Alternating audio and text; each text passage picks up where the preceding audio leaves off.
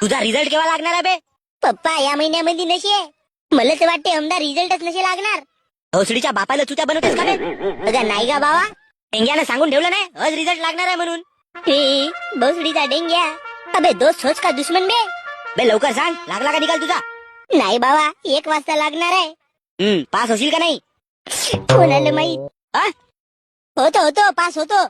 नापासही झालो तरी कोणती मोठी गोष्ट आहे का? 2-4 महिन्यामध्ये री एक्झाम देईन. बे री एक्झाम देवासाठी तू जिवंत तर राहिलाच पाहिजे. आता तू नापास झालास तर उद्या तुला जिवंत गाडीन जिवंत. बाबा गा, तू बाप होस का कोणता भैसासूर? गा नापास झालेले पोरं मोठे होऊन मोठे करोडपती बनतात आणि पास झालेल्या लोकांना नोकऱ्या का न देतात. असा असता तर मी आज ऑफिसच्या खुर्चीवर बसलो असतो. तर काऊन नाही बसल्या तुम्ही? मुरव्यात झाला का? कपारावर जोडा फेकून मारीन का नाही मला काही नसे माहित. आज तू पास झालाच पाहिजे म्हणजे झालाच पाहिजे. लोंडिया बाजी करावाला तर नाही सांगायला का बे तुले? गा बाबा, मी पूर्ण सिद्धतनं पेपर लिहिलो होतो, पण आता तपासणारा कसा तपासते तो कोणाला माहित. नापास झालं तर माझी गलती नाही राहील, त्या तपासणाऱ्याची गलती राहील.